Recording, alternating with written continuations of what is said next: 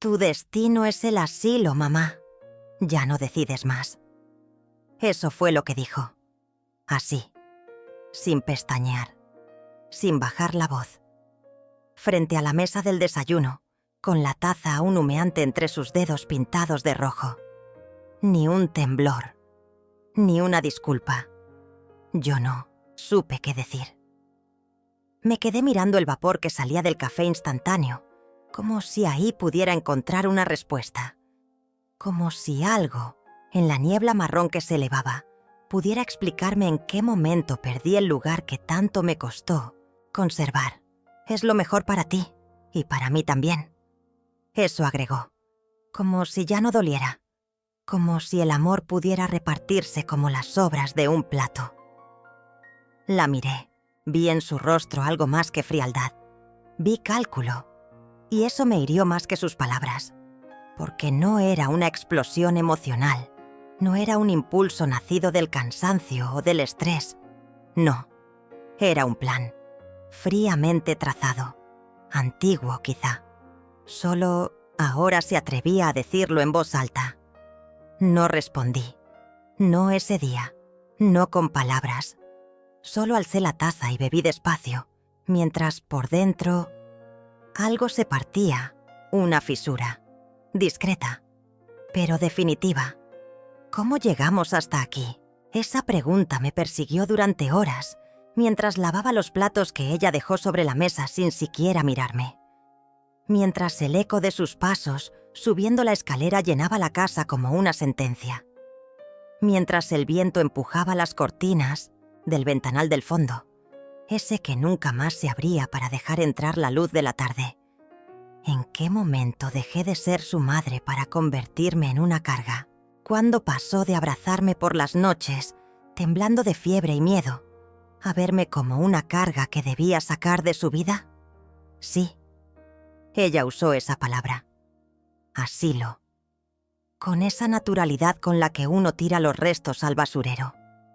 Como si yo no hubiese sido la que le enseñó a caminar, la que limpió sus vómitos, la que sangró cada mes para llenar la despensa, la que durmió en una colchoneta durante años para que ella tuviera una cama.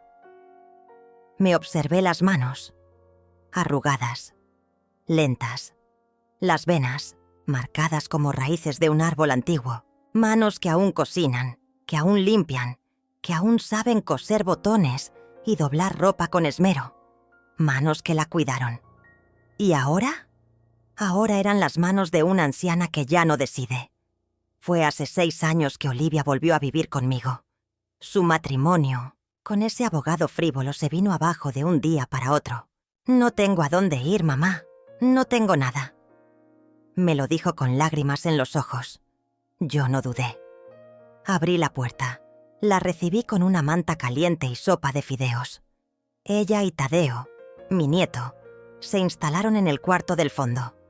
El más grande. El que tenía ventana al jardín. Yo dormía en el pequeño, el que da a la calle. No importaba. Siempre estuve acostumbrada a ceder. Los primeros meses fueron difíciles. Sí, Olivia llegaba tarde del hospital. Tadeo apenas hablaba, pero al menos estábamos juntas. Otra vez, eso creí, pero poco a poco, la casa empezó a cambiar. Primero fue el cuadro que quité del salón porque no combina con mis muebles, mamá. Después, la alacena que reorganizó sin avisar. El tapete que desapareció. Las visitas que nunca me presentaba. Las decisiones que tomaba sin consultarme. Hasta que, sin darme cuenta, mi casa ya no era mi casa. Era su territorio. Y yo solo estaba allí. La comida dejó de tener sal. La televisión siempre estaba en silencio. Mi música, vetada. Y mis preguntas eran recibidas con suspiros y miradas de lástima. ¿Dónde está el reloj que estaba aquí? Lo guardé, mamá. Ya no combina. ¿Y la mesa de costura? La vendí. Nadie la usaba. ¿Vendiste mi mesa? ¿Para qué la quieres, si ya no coses? Tenía respuesta para todo, y cada respuesta era una llave que me cerraba. Otra puerta. Al principio Tadeo me abrazaba, me buscaba por las tardes, se sentaba a leer en la alfombra mientras yo tejía. Pero luego algo cambió. Ya no bajaba a desayunar conmigo. Ya no me pedía cuentos. Ya no me mostraba sus notas de la escuela. Dejó de hablarme, como si algo o alguien lo hubiese convencido de que yo no era más que una sombra vieja en el fondo del pasillo. Una tarde lo oí decirle a su madre: ¿por qué tiene que vivir aquí? ¿No podemos mudarnos a un lugar sin ella? Sentí un nudo en el estómago, porque no era su culpa. Él solo estaba repitiendo lo que escuchaba, lo que veía, lo que aprendía cada día, al verme relegada a los rincones de una casa que ya no me pertenecía.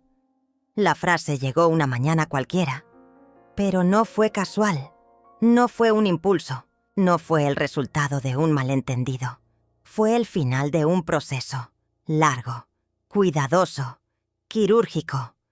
Olivia ya no me veía como su madre, me veía como una traba, un obstáculo, un error que debía corregir. Tu destino es el asilo, mamá. Ese mamá me dolió más que el resto, porque lo dijo con desprecio, con una ironía cruel, como si la palabra ya no significara nada. Yo la miré. No lloré, no grité, no imploré. Solo la miré, porque algo, dentro de mí, se quebró en silencio. Y lo que nació en su lugar ya no era resignación. Era otra cosa. Algo nuevo. Algo frío. Esa noche no dormí. Me levanté 3 veces. Fui al baño. Bebí agua. Abrí la ventana. Volví a acostarme.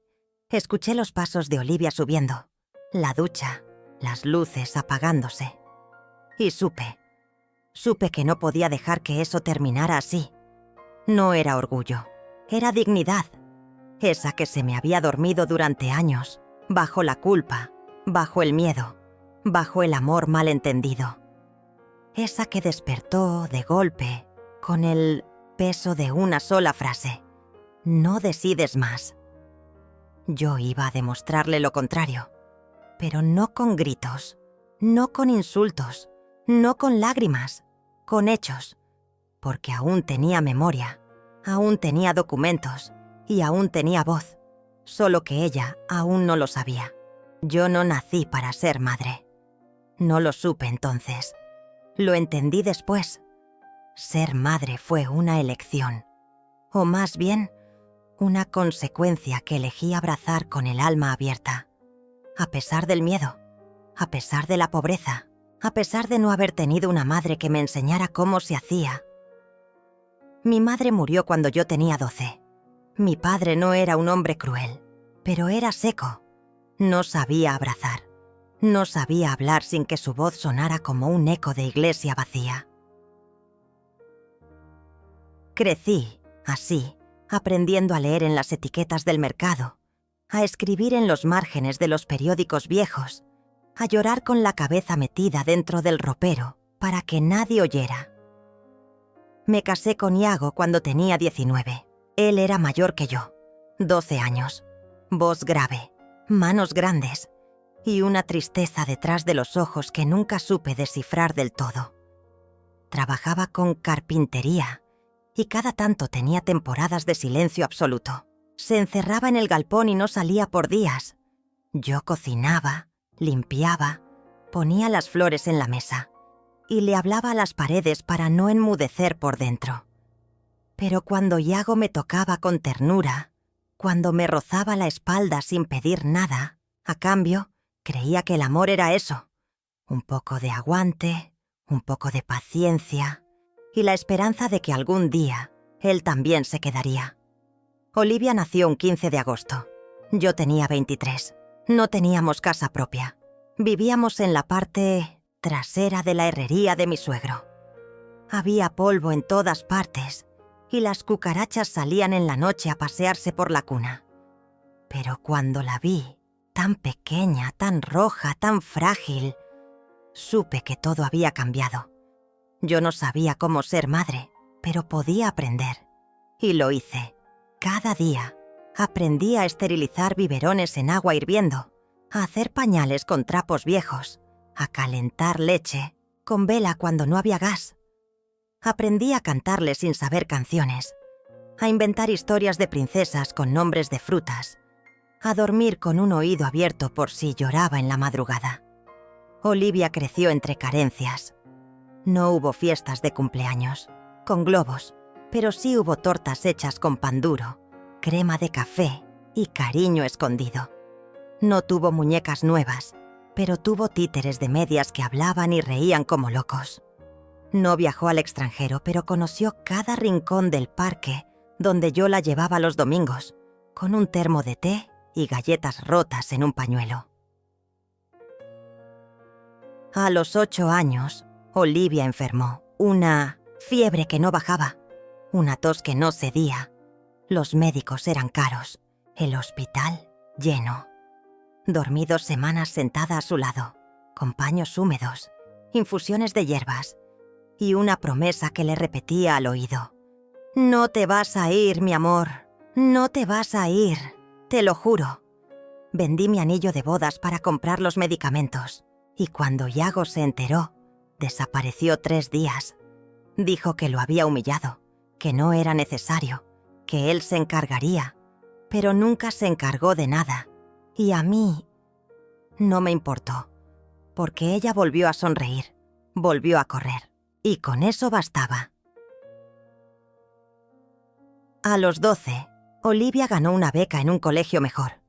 Había que tomar 2 buses para llegar. Se levantaba a las 5, yo a las 4. Le preparaba desayuno caliente. La esperaba en la puerta con una bufanda tejida por mí, aunque ella ya no quería que la vieran conmigo. «Me haces quedar como pobre, mamá». Eso me dolió. Pero sonreí y seguí esperando en la puerta. Cuando Yago murió, Olivia tenía 15. Un infarto. Sorpresivo. Silencioso. Se fue como vivía. Solo, ella no lloró mucho. Creo que lo temía más de lo que lo amaba. Pero aún así, la noche del entierro durmió a mi lado, abrazada a mi espalda, como cuando era niña. Esa fue la última vez que la sentí frágil, porque después algo en ella se endureció. A los 18 se fue, una beca de medicina en la capital. Yo vendí el televisor para comprarle la maleta. La ayudé a empacar. Le bordé su nombre en cada prenda. «Cuídate, hija». «Sí, mamá». No miró atrás. Lloré una semana entera. Después me levanté, pinté la cocina, reacomodé los muebles y empecé a escribirle cartas. Cada semana, una. Aunque no siempre me respondía, me conformaba con imaginarla leyendo mis palabras. «Hoy hice arroz con lentejas, tu favorito. Pasé por tu colegio. Están plantando jazmines. Vi a Teresa, la hija del panadero. Se casó. Me preguntó por ti». Pequeñas postales de una vida que seguía sin ella. Volvió recién casada. Él era elegante, cabello brillante, dientes blancos, camisa cara. Yo los recibí con una cena sencilla, mantel nuevo y una vela encendida. «Gracias por todo, mamá, pero ya no eres parte de nuestra vida». No lo dijo así, claro, pero lo sentí. Las visitas se hicieron esporádicas, los abrazos más cortos, las llamadas escasas, hasta que un día dejaron de venir. Años después, apareció en la puerta, ojerosa, más delgada, con una valija rota y un niño de la mano. Me dejó. No tengo a dónde ir. No pregunté nada. Le abrí la puerta. Le hice sopa. Le puse sábanas limpias. Y al niño, Tadeo, le preparé un rincón con juguetes viejos que rescaté del altillo. La casa volvió a tener ruido. Y yo volví a sentirme viva. Durante un tiempo, creí que podíamos reconstruir algo, que el dolor la había ablandado, que su orgullo se había quebrado. Pero no, solo se escondía, esperando, y ahora todo tenía sentido. La frialdad, las decisiones tomadas sin mí, el desprecio velado, la indiferencia.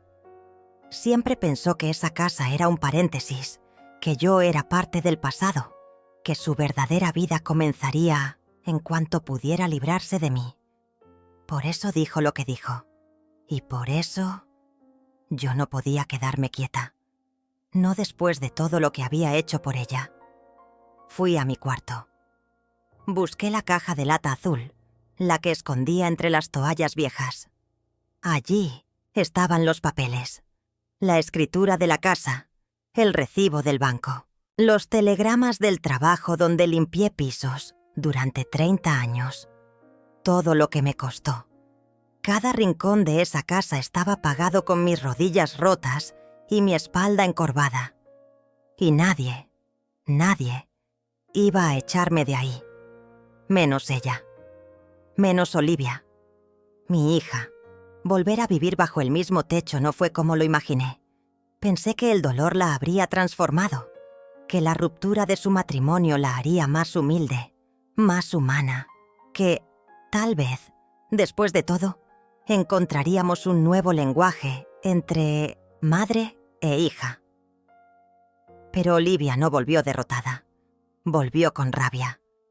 Había algo en su manera de caminar por la casa, en cómo movía las cosas del lugar sin pedirme permiso, en ese silencio cargado que dejaba caer entre frase y frase, algo que no entendía del todo, pero que me erizaba la piel, como si en cada movimiento suyo estuviera dejándome claro que no me necesitaba, que estar allí era una concesión, un favor, y yo hacía todo lo posible por no incomodarla.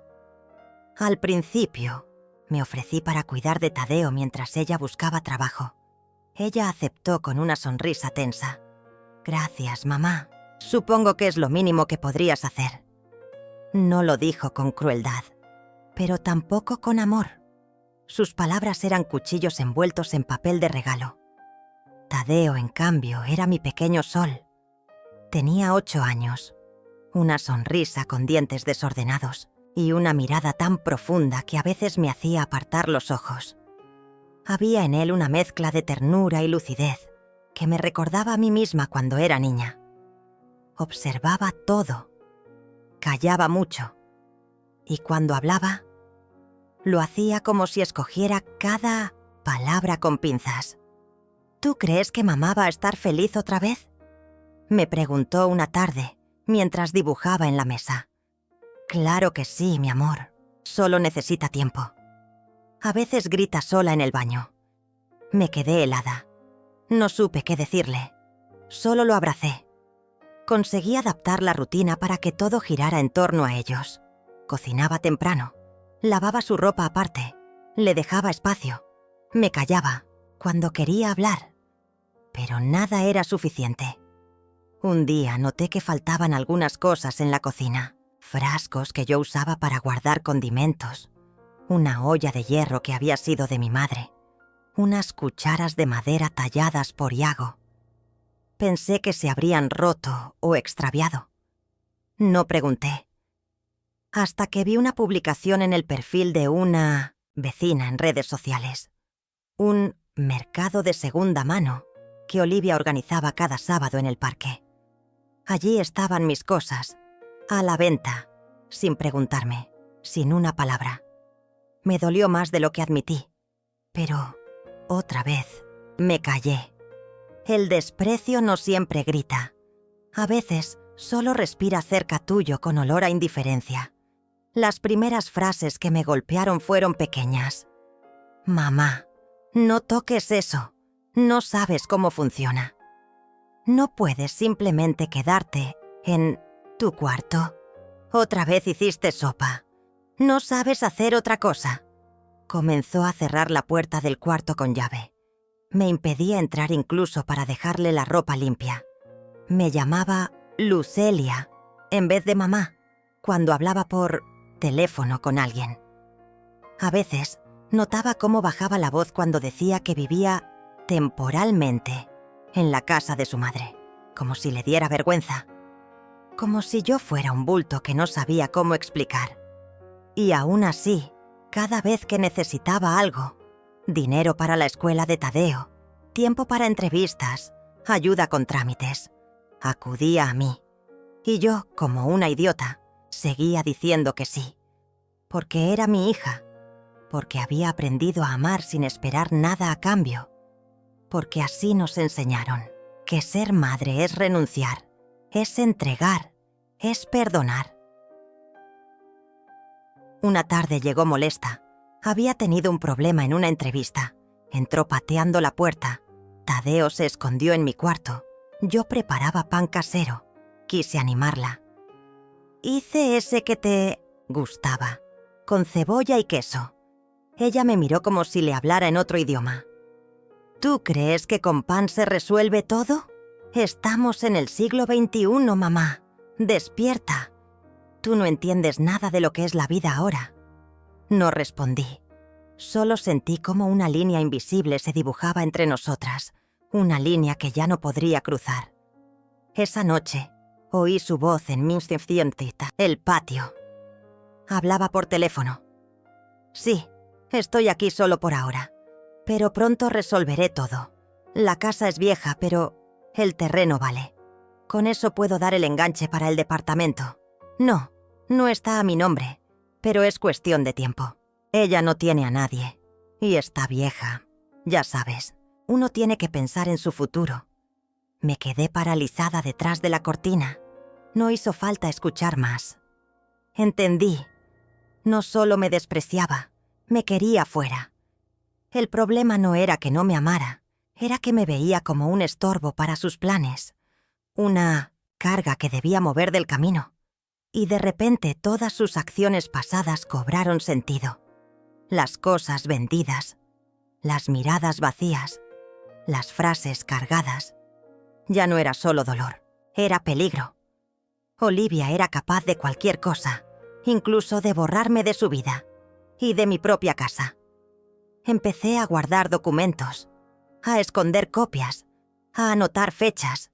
No era paranoia, era defensa. Me vi obligada a vivir con ojos en la nuca, a revisar cada correo, a estar atenta a cada conversación. Hasta que, una tarde, vi algo que me heló la sangre. Un sobre con el logo de una inmobiliaria. Sobre la mesa, con el nombre de Olivia como interesada en venta. ¿Venta de qué? ¿De la casa? ¿De mi casa? No, dije nada. Guardé el sobre. Y por primera vez sentí miedo real. No por mí, sino por lo que una hija puede hacer cuando deja de verte como madre y empieza a verte como obstáculo. Un día te das cuenta de que no hay accidente, que el olvido constante de tu existencia no es descuido, es decisión. No fue de la noche a la mañana. No hubo un estallido, ningún grito final. Solo una acumulación invisible de momentos que pesan tanto como una piedra al cuello.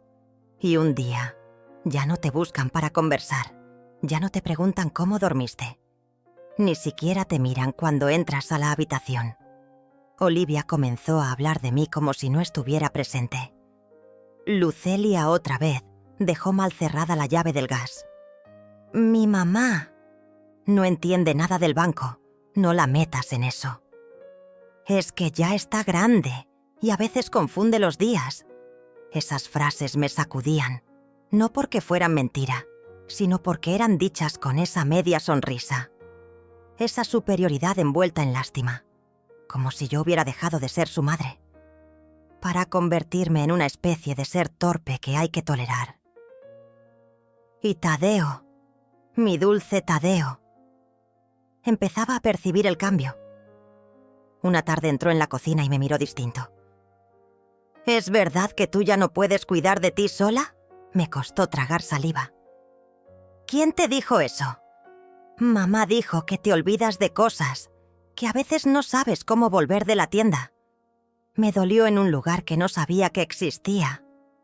Me senté a su lado, tomé sus manos. Tadeo, si alguna vez me pasa algo así, tú serás el primero en saberlo. Pero por ahora, sigo siendo la abuela que te hace sopa y te espera con galletas. Él sonrió.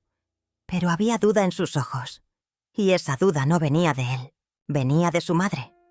Olivia comenzó a desaparecer durante días. Decía que tenía entrevistas, reuniones, trámites. Yo me quedaba con Tadeo, y con la angustia, porque cada día era una incógnita. ¿Volvería? ¿Traería otra frase afilada? ¿Habría vendido otro objeto? Una mañana desperté y mi juego de porcelana ya no estaba. La vajilla que había guardado por décadas, aquella que solo sacaba en Navidad. Fui al closet y noté también que varias toallas bordadas por mí habían desaparecido. Y ahí ya no pude más. La enfrenté. ¿Vendiste mis cosas? Me miró con fastidio, como quien tiene que perder el tiempo explicando lo obvio. Son solo cosas, mamá. No seas dramática. Eran mis cosas. No preguntaste. Porque si te preguntaba ibas a decir que no. Y tú no estás usando nada de eso. Solo acumulas cosas viejas. No tienes derecho. ¿Ah, no? Y tú tienes derecho a tenerlo todo. ¿Guardado mientras yo no tengo ni cómo pagar el internet para buscar trabajo? Me quedé en silencio. No porque ella tuviera razón, sino porque entendí que ya no hablábamos de objetos. Hablábamos de cómo me veía, de lo poco que valía para ella, mi voluntad, mi historia, mi existencia.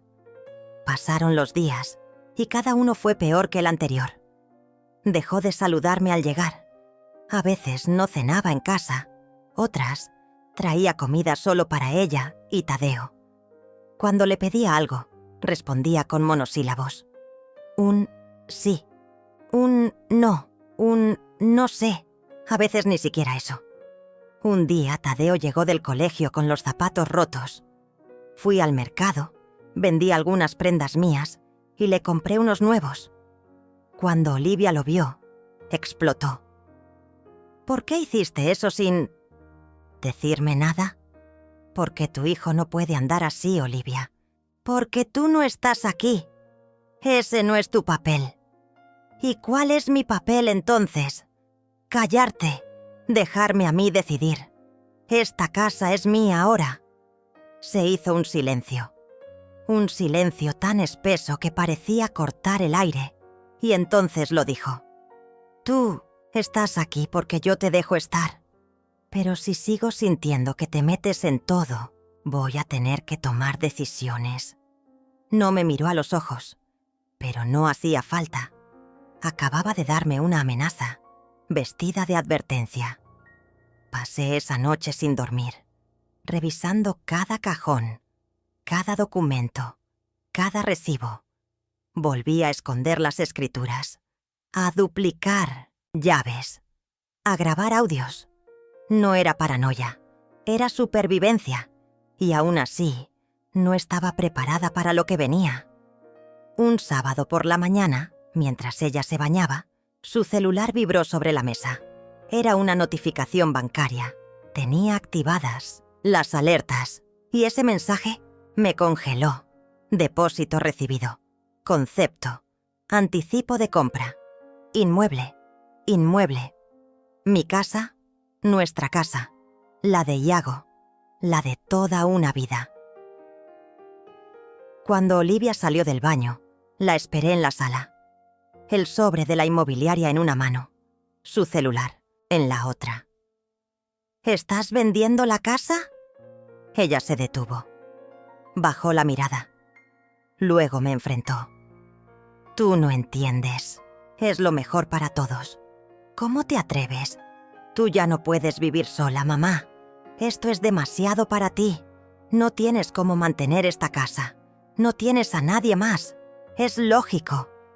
Yo tengo algo que tú no tienes, Olivia. ¿Qué? Dignidad. No. Gritó. No lloró. Solo se encerró en su cuarto. Y yo me quedé allí, temblando, con el corazón hecho polvo. Acababa de descubrir que mi hija no solo me despreciaba, quería borrarme, sacarme de la historia como si yo fuera una nota al pie, una sombra molesta, un estorbo en su camino. Esa noche me senté en el borde de mi cama y me hice una promesa, la última. No permitiría que ella decidiera por mí. No permitiría que me echara de la casa que yo construí. Y no lo haría con gritos. Lo haría en silencio. Con inteligencia. Con estrategia. Como las madres que han vivido demasiado para seguir siendo ingenuas. Y como las mujeres que han aprendido que, cuando nadie te defiende, te toca defenderte sola. Nunca fui de actuar por impulso. Ni siquiera en mis años más jóvenes. Siempre observaba, escuchaba, pensaba antes de hablar. Pero esa mañana, después de leer el mensaje bancario en el teléfono de Olivia y verla encerrarse en su cuarto sin siquiera mostrar culpa, algo dentro de mí se quebró. No grité, no lloré, no confronté con furia. Solo me quedé sentada, con la respiración contenida, mientras una sola frase daba vueltas en mi cabeza. Ella quiere vender mi casa. Pasé esa noche caminando de un lado a otro del pasillo. Conté las baldosas como hacía cuando Tadeo era pequeño y no podía dormir. Abrí la despensa, toqué los marcos de fotos que quedaban. Me detuve frente a la pared donde medíamos la estatura, de Yago cuando era niño. El marcador negro aún mostraba su último año. Las fechas, las cifras. Y entonces entendí. Ella no solo quería vender una casa, quería borrar una historia. A las 5 de la mañana me vestí. Salí sin hacer ruido. Tomé el primer autobús y me bajé en la oficina del registro de propiedad. Esperé 3 horas hasta que abrieron. Me atendió un muchacho amable, que al ver mi edad me ofreció asiento y un café. Quiero consultar los movimientos de esta propiedad, le dije entregándole la dirección exacta. Tecleó en su computadora. Frunció el ceño. ¿Usted es la señora Lucelia Viegas? Sí. ¿Y vive ahí con su hija, Olivia Viegas? Sí. Me miró con algo parecido a lástima. Hace 2 semanas se inició un trámite de transferencia parcial de propiedad. Hay un documento firmado por ambas partes. Mi piel se erizó. ¿Cómo? ¿Ambas partes? Aquí está su firma. Tomó el papel, me lo mostró. Y ahí estaba. Mi nombre, mi firma, falsificada.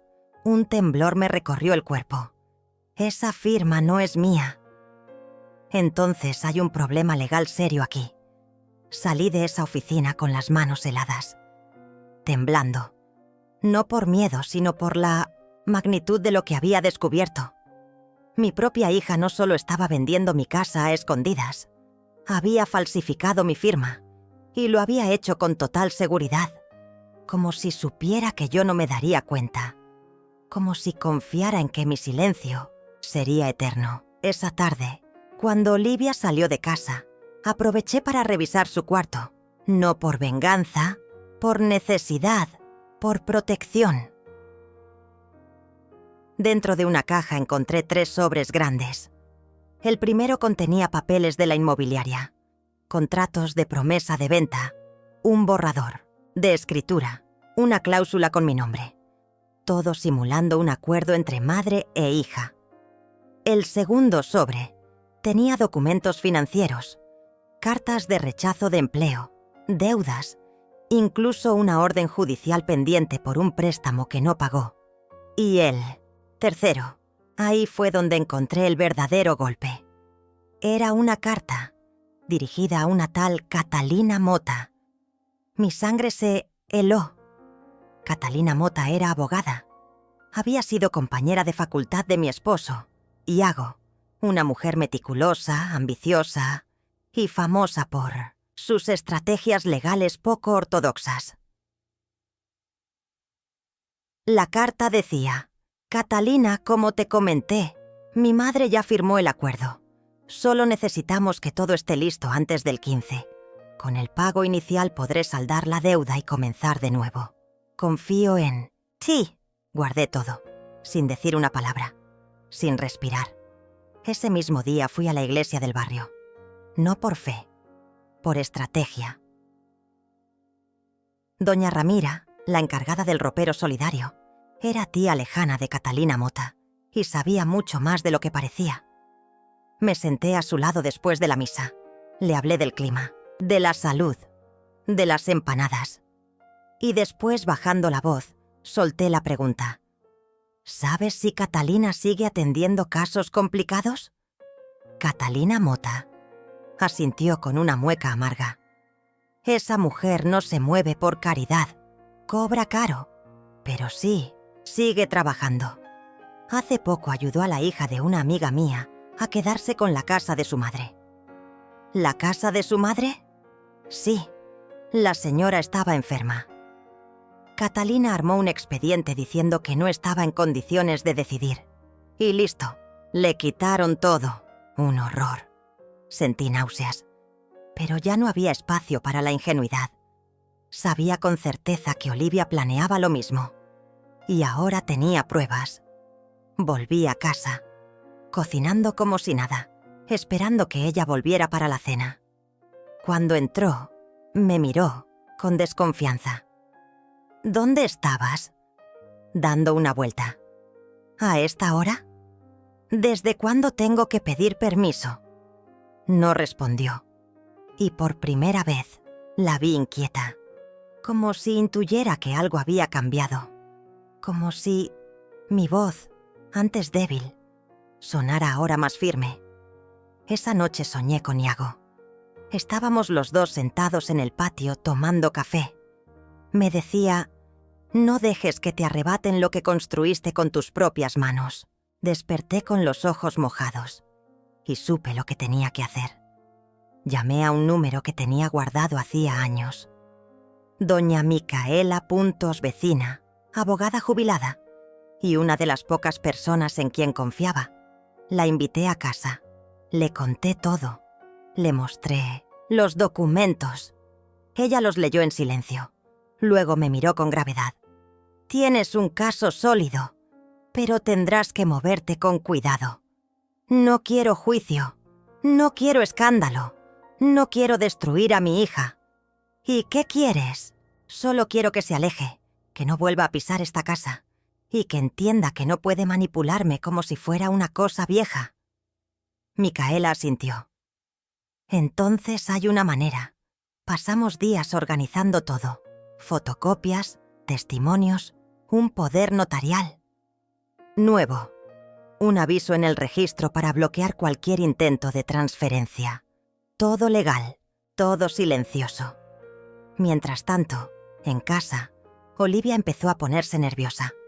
Me miraba raro. Revisaba sus papeles más seguido. Me hablaba con un tono más seco. Pero no se atrevía a preguntarme nada. Y yo solo esperaba el momento justo. Una tarde, Tadeo me encontró en el patio, regando las plantas. Abuela, ¿estás bien? Lo miré y rompí en llanto. No por debilidad, sino porque era la primera vez que alguien me preguntaba eso en meses. Lo abracé con fuerza y en ese abrazo juré que todo lo que estaba haciendo era por él también. Porque merecía saber que su abuela no se rindió, que no fue barrida como polvo viejo. Cuando Olivia volvió esa noche, me llamó desde el pasillo. «Necesito hablar contigo». Entró al salón, se sentó frente a mí. Sus manos temblaban. «Mamá, hay algo que quiero explicarte». Pero esta vez la interrumpí. «No hace falta. No entiendes». «Entiendo todo, Olivia». «Mamá, sé lo de Catalina, sé lo de los papeles, sé que falsificaste mi firma, sé que planeabas vender esta casa y dejarme en un lugar donde nadie me conociera». Su rostro cambió de color. La sangre le abandonó las mejillas. «Mamá, yo solo quería ayudarte». «No, quería sacarme del camino». Silencio. «Pero no voy a gritarte, ni a maldecirte. Solo voy a pedirte algo». «¿Qué? Quiero que te vayas. Hoy. ¿Estás echándome?» «Estoy liberándome». ¿Y Tadeo? Él puede visitarme cuando quiera. Esta sigue siendo su casa. Pero tú ya no. Ella se levantó. Quiso decir algo, pero no pudo. Sabía que si insistía yo tenía pruebas. Sabía que podía denunciarla y que lo que había hecho era delito. Y entonces, por primera vez, vi miedo en sus ojos. Miedo real. Tomó sus cosas. Esa misma noche se fue. No hubo despedida. Solo el portazo seco de una hija que cruzó un límite del que no se regresa. Y yo me quedé en pie. Sola. Pero más fuerte que nunca. Los primeros días después de su partida fueron extraños. No de esos extraños que asustan, sino de los que dejan un eco. La casa estaba más silenciosa. Los pasos no retumbaban con fuerza. Las puertas no se cerraban de golpe.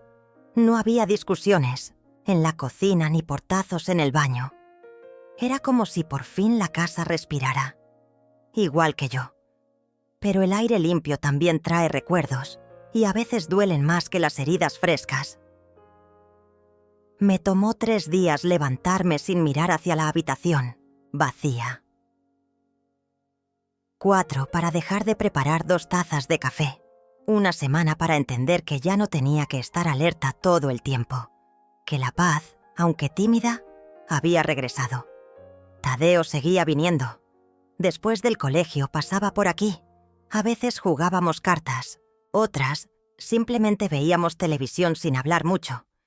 Pero su presencia me sostenía. Era como una cuerda invisible que me recordaba por qué había aguantado tanto. Y por qué no pensaba ceder jamás. Una tarde, mientras limpiaba el armario, del fondo, encontré algo que me desarmó. Una caja azul, desgastada por el tiempo. Dentro, recortes de tela, fotos antiguas de trajes que había confeccionado hace años. Y en un sobre pequeño, guardado con delicadeza, una nota escrita a mano. Zulma y Lucelia, el dúo que viste con alma. Mis ojos se llenaron de lágrimas. Zulma, mi amiga de juventud, la que cosía a mi lado en las ferias del barrio, cuando Tadeo era apenas un niño, y Olivia aún creía que la vida era compartir, no poseer. No supe por qué, pero decidí buscarla. Fui al mismo taller donde habíamos trabajado, hacía décadas. Ya no estaba. En su lugar, una lavandería moderna y sin alma. Pregunté en la panadería de la esquina. El dueño, viejo como yo, aún la recordaba. Zulma vive en la calle Jilguero, cerca del mercado.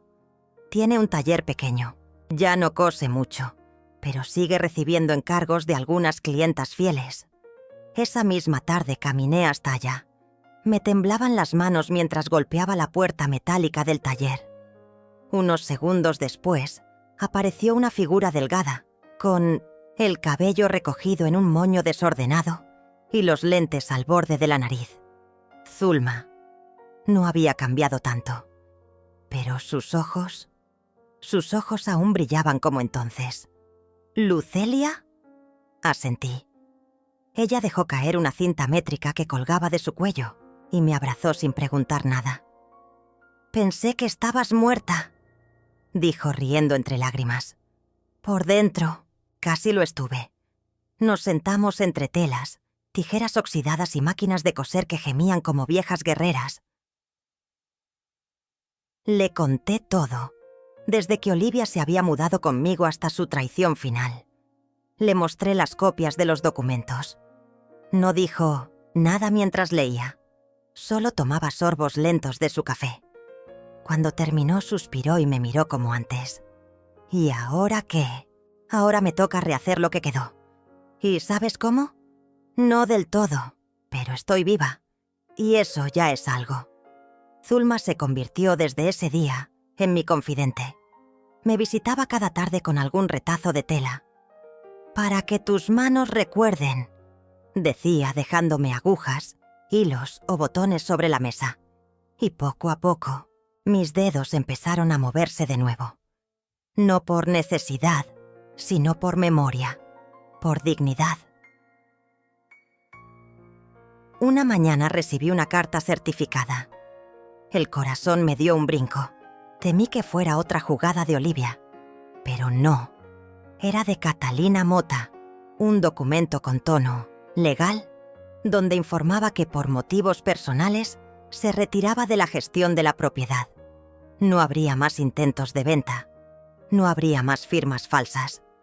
El intento había muerto. Y yo había ganado. Aún así, no canté victoria. Sabía que las heridas no cierran con tinta y que Olivia no era una presencia que se desvanecía con un documento. Tadeo me lo confirmó días después. Mamá dice que no puede volver, que tú la odias. Yo no la odio, mi amor. Solo no quiero que vuelva a entrar a esta casa. ¿Para siempre? Hasta que entienda lo que hizo. Hasta que cambie de verdad. Y si nunca lo hace, entonces me tendrá lejos, pero con la frente en alto. Mi relación con Tadeo se volvió más fuerte. Jugábamos ajedrez, veíamos películas de vaqueros. A veces cocinábamos juntos y terminábamos riéndonos de nuestras propias torpezas. La casa volvió a sonar con risas. Pequeñas, honestas, sinceras. Zulma me propuso algo un día. ¿Y si hacemos una pequeña muestra? Nada grande. Un par de vestidos, algunos bolsos, solo para nosotras. ¿Una feria? Una mesa. ¿Un toldo? Un cartel que diga «Hecho con dignidad». Me reí, pero esa risa tenía raíces y acepté. Durante semanas trabajamos codo a codo, entre costuras, confesiones y silencios que no pesaban.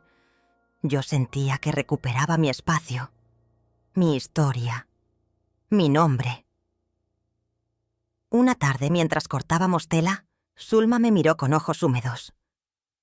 ¿Te das cuenta de que volviste? ¿Volví de dónde?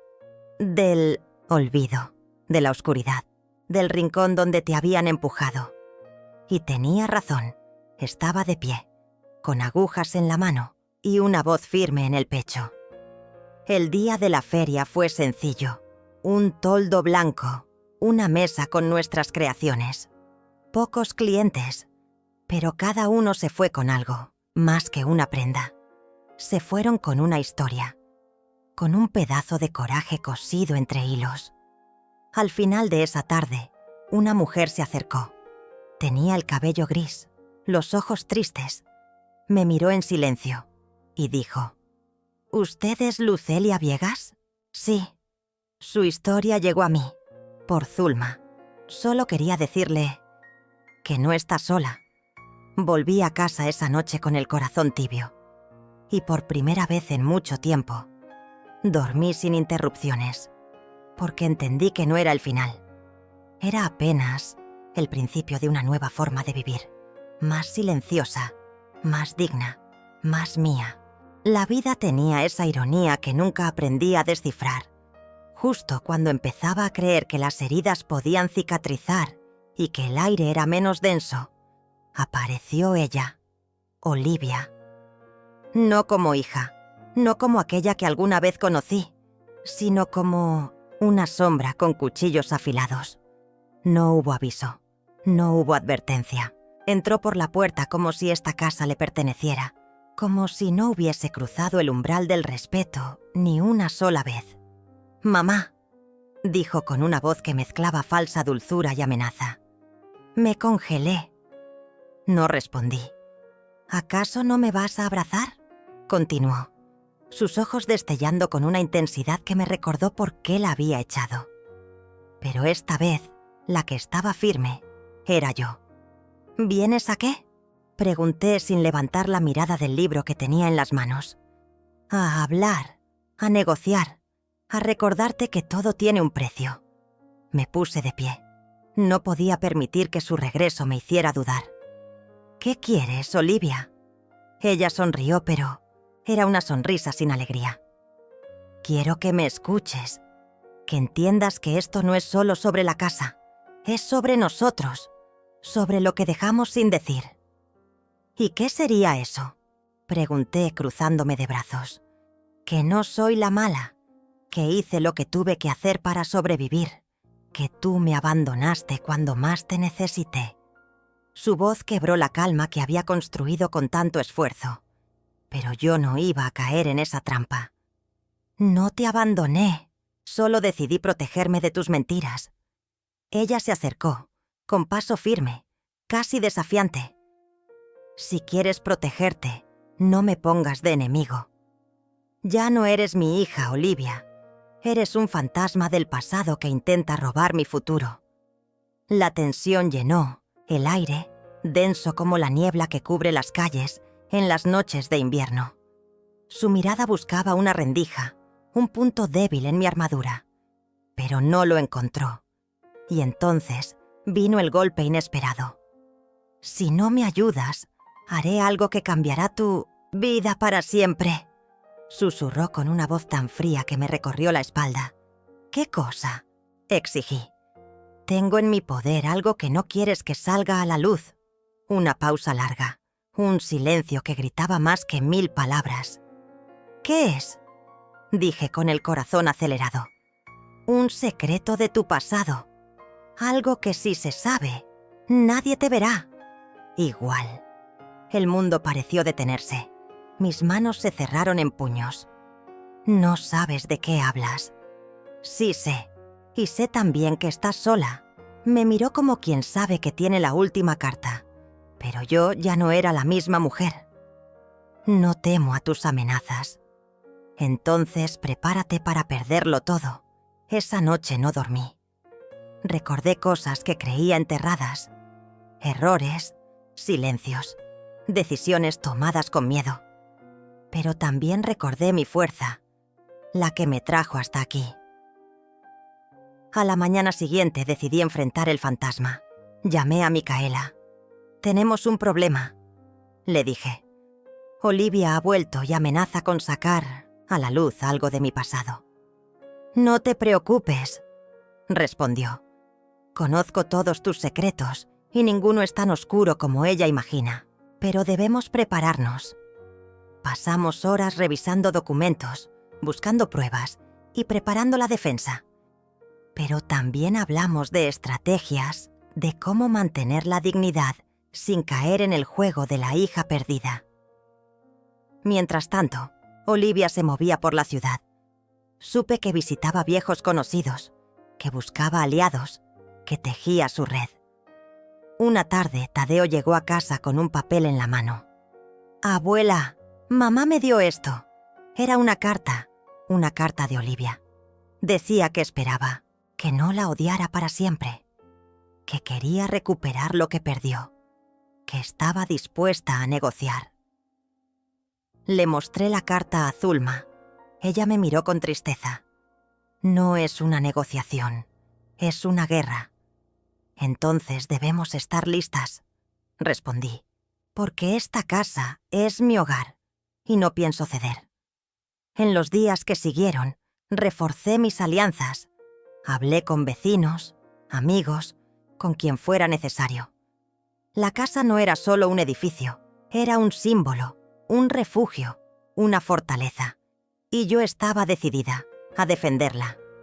No solo por mí, sino por todo lo que representa.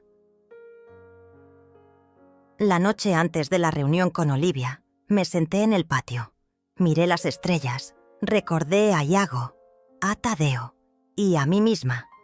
Supe que no estaba sola, que tenía la fuerza para seguir. Que pase lo que pase, esta historia aún no había terminado. El día que había estado esperando y temiendo al mismo tiempo, llegó como una tormenta silenciosa. Olivia apareció en mi puerta con esa mezcla de arrogancia y miedo que solo quienes saben que están al borde del abismo pueden tener. La casa, mi refugio, estaba impregnada del eco de nuestras palabras pasadas y de las heridas que aún sangraban. «Lucelia», comenzó con una voz tan baja que parecía que temía romper el frágil equilibrio. «Sé que sabes todo, que no te vas a dejar pisotear». La miré fijamente. Por dentro mi corazón latía con fuerza, pero no lo iba a demostrar. No hoy. «Estoy aquí porque aún hay cosas que resolver», continuó. «Porque no puedo irme sin que me escuches». «¿Escuchar qué?», pregunté con voz firme. ¿Tus mentiras? ¿Tus manipulaciones? Ella suspiró, y por un instante vi algo parecido a tristeza en sus ojos, pero fue solo un instante. No vine a pelear, dijo. Vine a hacerte una propuesta. Mi ceño se frunció. Sabía que esas palabras eran la antesala de algo oscuro. Habla. Podemos hacer esto fácil, propuso. No tienes que involucrar a nadie más. No quiero que Tadeo sufra. Solo quiero que me permitas seguir viendo a mi hijo, que pueda recuperar lo que perdí. Su mirada buscaba compasión, pero yo no estaba dispuesta a regalarla. Olivia, esta casa es mi hogar. No voy a ceder ni un centímetro. Entonces, ¿quieres guerra? Su voz se volvió fría. Porque eso es lo que tendremos si no llegamos a un acuerdo. En ese momento sentí cómo se activaba en mí una fuerza que creía perdida. No iba a permitir que el miedo dictara mi vida, ni que una hija rota intentara destruirme. Si quieres guerra, respondí, que así sea. Pero te advierto que no soy la misma mujer que dejaste atrás, y esta vez voy a luchar hasta el final. La conversación se convirtió en un intercambio de verdades y acusaciones, de recuerdos que dolían y silencios que gritaban. Pero había algo distinto ahora. No era solo una madre contra su hija. Era una mujer que había decidido recuperar su dignidad, enfrentar sus fantasmas y reclamar lo que le pertenecía. Olivia intentó manipular, hacerme sentir culpable, usar la amenaza de que podía revelar secretos oscuros de mi pasado. Pero yo estaba preparada. Micaela, mi amiga y abogada, me había ayudado a recopilar pruebas, a construir un muro impenetrable de defensa. Pasaron los días y la tensión se volvió insoportable. Olivia desaparecía y reaparecía con cartas, mensajes, llamadas, amenazas veladas y directas, pero también gestos desesperados. Su miedo a perder a Tadeo era palpable. Una noche decidí que ya no podía seguir así. Llamé a Olivia. «Tenemos que hablar», le dije. Aceptó. Nos vimos en un lugar neutral, una cafetería tranquila, lejos de la casa, lejos del pasado. Nos sentamos frente a frente. La mirada de Olivia estaba cansada. «Sé que no soy la hija que quisieras tener», comenzó. «Que he cometido errores». «Sí», respondí. «Y me han dolido todos. Pero también sé que tú has cometido los tuyos», dijo con voz quebrada. «Que a veces me sentí sola, abandonada». Suspiré. «No pretendí abandonarte. Solo intenté protegerme». «¿Protegerte?», rió con amargura. «A mí no me protegiste. Me dejaste caer». Por un momento el silencio se apoderó del lugar. Ambas sentíamos el peso de todo lo no dicho. Entonces tomé una decisión.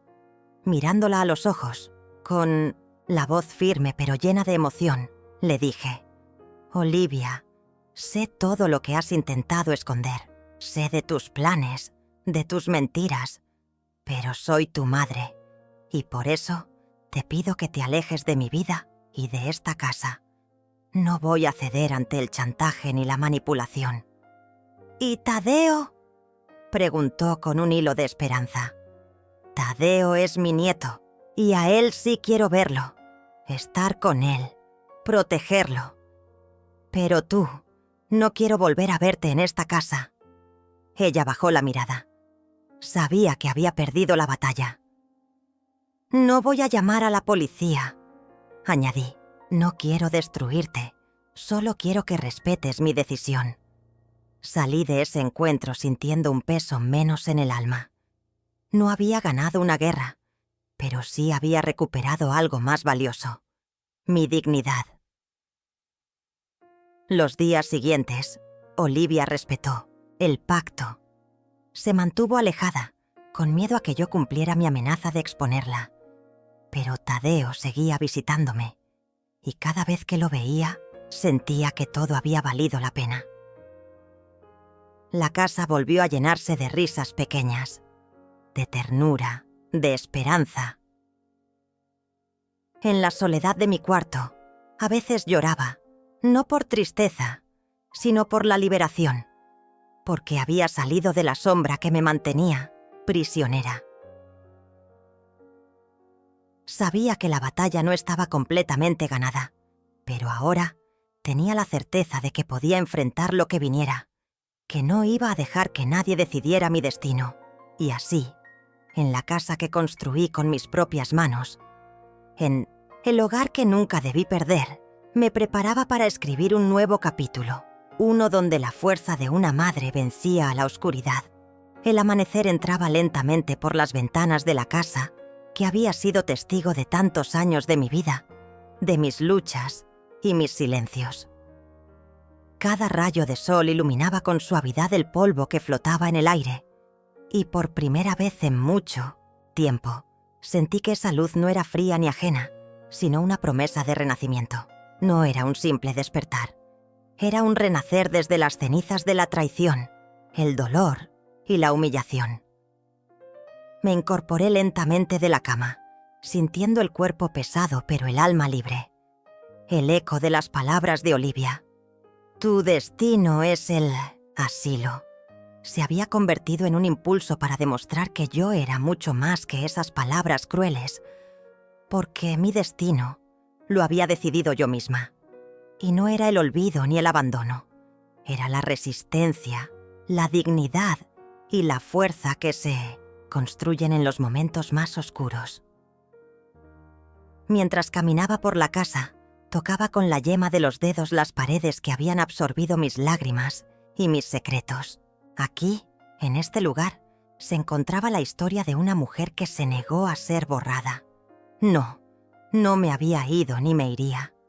Aquí seguía, fuerte, firme, reclamando lo que era mío por derecho. Recordé todo lo vivido, desde el primer momento en que Olivia llegó a vivir conmigo tras su divorcio. Lo hice sin reproches, con la esperanza de que juntas podríamos reconstruir una familia rota.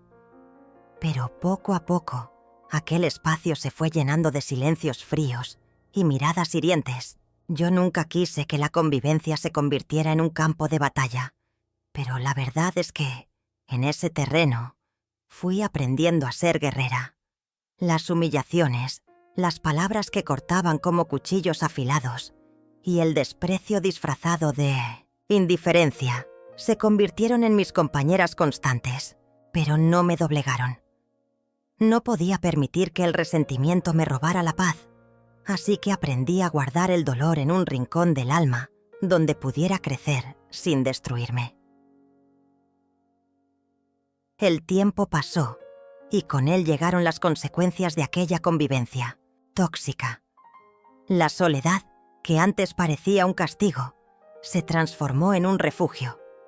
Había momentos en que el silencio de la casa me hablaba y en esa voz callada encontraba la fuerza para seguir adelante. Porque la lucha no era solo contra Olivia, sino contra el miedo de perderme a mí misma. Y entonces sucedió lo inesperado. La llegada de Micaela, mi amiga de siempre, una luz en medio de la oscuridad. Ella fue quien me abrió los ojos a la posibilidad de un nuevo comienzo, de que la justicia no era solo un sueño lejano, sino una realidad que podía alcanzar. Con su ayuda, comprendí que la dignidad es un derecho, no un privilegio. La batalla legal no fue sencilla. Olivia utilizó todas sus armas, mentiras, amenazas, manipulaciones. Intentó asustarme, hacerme retroceder. Pero esta vez no estaba sola. Tenía a Micaela, a Tadeo y, sobre todo, tenía mi convicción. Los días se convirtieron en semanas y las semanas en meses de lucha constante. Hubo momentos en los que quise rendirme, pero recordaba la mirada de mi nieto, la única luz verdadera en ese caos.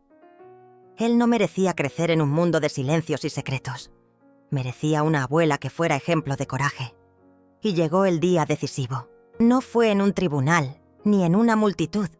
sino en la quietud de una conversación privada con Olivia. Allí, cara a cara, le dije lo que había guardado por años. Sé todo, Olivia. Sé de tus mentiras, de tus engaños. Pero por ser tu madre, no voy a destruirte ni a hacerte daño. Solo te pido que te alejes de mi vida y que no vuelvas a poner un pie en esta casa. Mi única conexión contigo será a través de mi nieto. Y eso es lo que voy a proteger. Sus ojos mostraron miedo. Ese miedo que solo se siente cuando se pierde el control. Su rostro cambió, y por primera vez vi a una hija vulnerable. La distancia se hizo necesaria, y ella, temerosa de que la ley pudiera alcanzar sus actos, se mantuvo alejada.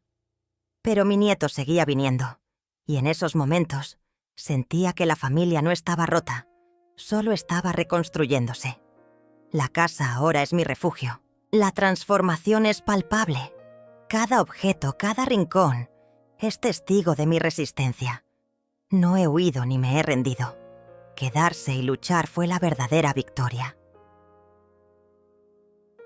A veces, camino por el jardín y pienso en el futuro. Ya no siento miedo, sino una confianza profunda. Sé que no importa lo que Olivia decida, porque esta vez soy yo quien lleva las riendas de mi destino. La historia que comenzó con dolor y humillación termina aquí, no con un adiós, sino con un abrazo a la vida, a la fuerza que todas tenemos, a la dignidad que merecemos, a la esperanza que nunca debemos perder. Y mientras el sol se pone, me siento en la mecedora del porche, mirando el cielo pintado de colores cálidos. Siento la brisa acariciar mi rostro y pienso: mi destino no es el asilo ni la derrota. Mi destino es este hogar, esta vida que reconstruí con valentía. Y aquí voy a quedarme, fuerte, libre, digna. Porque no hay mayor triunfo que ser dueña de uno mismo.